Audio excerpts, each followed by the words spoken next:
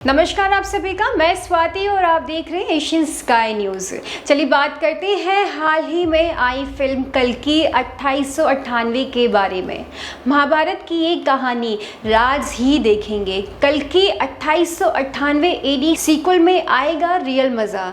इस फिल्म में काफ़ी सारे मशहूर कलाकारों ने काम किया, जैसे अमिताभ बच्चन, कमल हसन, दीपिका पादुकोण, प्रभास, राजेंद्र प्रसाद, शोभना शाश्वत और साथ ही साथ दिशा पाटनी ने भी काम किया है। बी.आर. चोपड़ा की महाभारत तमाम दर्शकों ने देखी हुई है। इसके बाद भी इसकी अंत कथाएं तो बहुत कम लोगों को ही पता है। कर्ण को अपने पिता सूर्य से मिले वरदानों की कहानी बच्चों ने अपनी दादियों से, नानियों से खूब सुनी होगी। कहानियां सुनने और सुनाने की परंपरा हालांकि क्षीण हो रही है, लेकिन इस फिल्म कल्कि 2898 एडी भारतीय पौराणिक कथाओं में दिलचस्पी जगाने का एक नेक काम भी शिद्दत से करती है। जिनका धर्म और कर्म से वास्ता नहीं रहा, उनको ये फिल्म बिल्कुल समझ में नहीं आएगी। लेकिन अगर आपको यदा यदा ही धर्मस्य ग्लानिर्भरता भारतः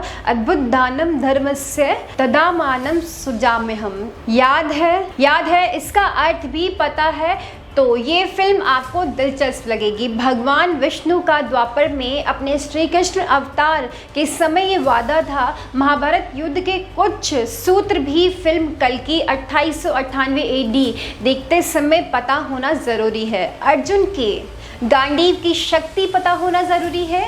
एक ही माँ से जन्मे सुपुत्र कहलाया कर्ण अपने इस भाई से हर कौशल से बेहतरीन था, ये पता होना भी ज़रूरी है। जिन कृष्ण के सामने द्रोणाचार्य और कर्ण दोनों का छल से वध हुआ, उन्होंने ही द्रोणाचार्य के पुत्र अश्वत्थामा को मृत्यु दंड देकर मुक्ति नहीं दी, बल्कि जीवित रहने का श्राप देकर तिल तिल गलने के लिए अंतकाल तक धरती पर छोड़ दिया। कहानी ये साल 2898 की काशी की है। दुनिया में बस यही एक शहर बचा है। बताते हैं कि काशी की रचना ही नगरों के विकास के क्रम में सबसे पहले हुई।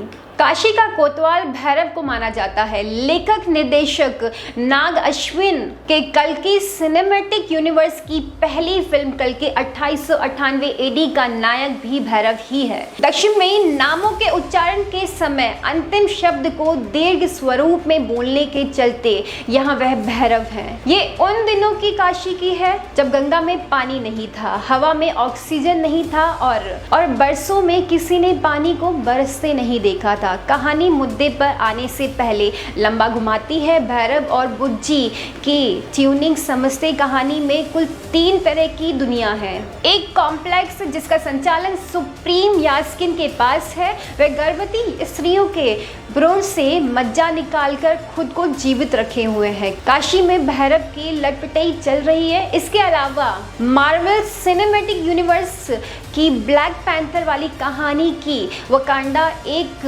दुनिया भी यहाँ है।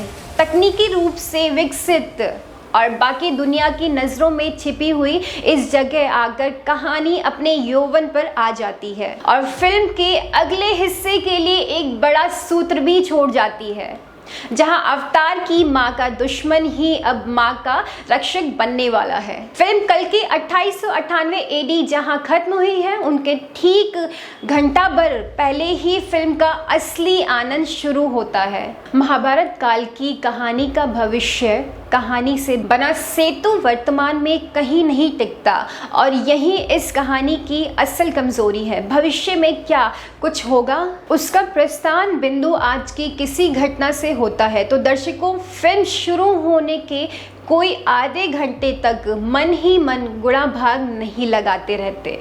लेकिन दीपिका पादुकोण के किरदार एमयू माटी के सुमती नाम पाने के साथ ही दर्शकों की भावनाएं कहानी के साथ जुड़ने वाली है। सबको पता है कि अमिताभ बच्चन यहाँ अश्वत्थामा के किरदार में है। फिल्म में कृष्ण का चेहरा नजर नहीं आता है। विजय देवरकोंडा का अर्जुन के रूप में स्पेशल अपीयरेंस काफी प्रभावी था।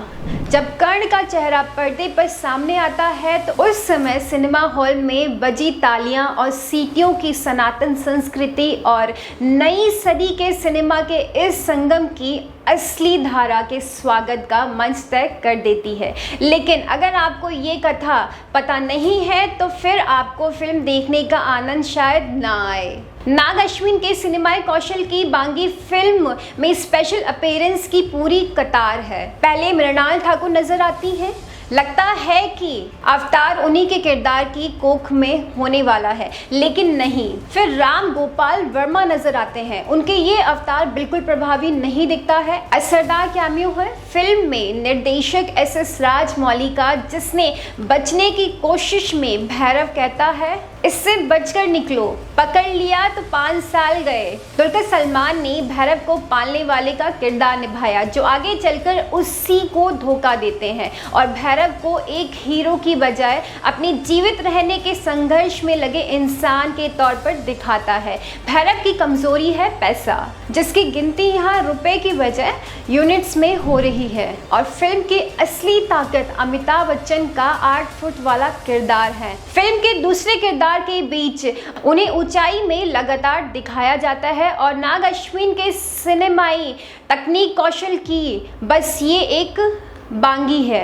हिंदुस्तानी कंपनी प्राइम फोकस की सहयोगी कंपनी DANIG के विश्वसनीय स्पेशल इफेक्ट्स से लेंस फिल्म कल्कि 2898 AD में अमिताभ बच्चन और प्रभास के द्वंद्व दृश्य की ऊर्जा अद्भुत है। इन दोनों का संघर्ष ही इस कहानी पर बनी फिल्म को अपने उपसंहार की तरह ले जाती है। भविष्य और भूतकाल की इस कहानी में महाभारत के मानवीय संहारों के दृश्य को जिस चतुराई से नाग अश्विन ने बुना है, उससे ये तो तय है कि फिल्म कल्कि 2898 AD का कारोबार जैसे भी हो, पर सीक्वल की कमाई बहुत ही ज़्यादा दमदार होने वाली है।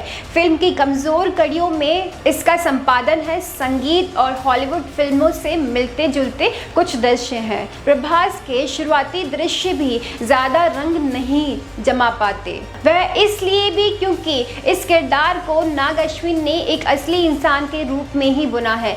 फिल्म में सहायक कलाकार की लंबी फौज है और इस सारे शोरगुल व भीड़ भड़के के बीच भी फिल्म की कहानी में दीपिका पादुकोण की दमक, असली चमक अलग ही बिखेरते नजर आई। फिल्म मनोरंजक है। बच्चों को महाभारत के दृश्यदांत बताकर ये फिल्म दिखाने ले जाएंगे तो वाकई उन्हें बहुत ही ज़्यादा मज़ा आने वाला है। बॉलीवुड से जुड़ी जानकारी के लिए बने रहिए हमारे साथ। मैं स्वाति और आप देख रहे हैं एशियन स्काई न्यूज़।